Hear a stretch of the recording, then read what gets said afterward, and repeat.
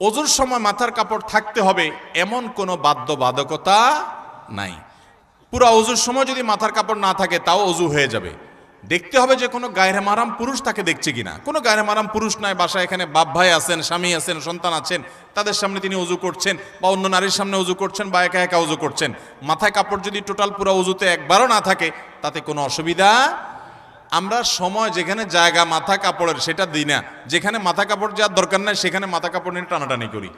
আজানের সময় অনেক মহিলা মনে করে যে ঘরে আছে একা একা কেউ নাই, তারপরও আজান শুরু হয়ে গেছে তাড়াতাড়ি মাথা কাপড় দেওয়া শুরু করে। আছে না নাই? এখানে মাথা কাপড় দেওয়া জরুরি না তো। যদি কোনো গায়রে মাহরাম পুরুষ থাকে তখন আজান না হলেও মাথা কাপড় দিতে হয়। আর যদি কোনো গায়রে মাহরাম পুরুষ না থাকে সেখানে আপনার জন্য মাথা কাপড় দেওয়া জরুরি। আপনি রিল্যাক্সে থাকতে পারেন, মাথা কাপড় দিতেও পারেন, নিচেও থাকতে পারে।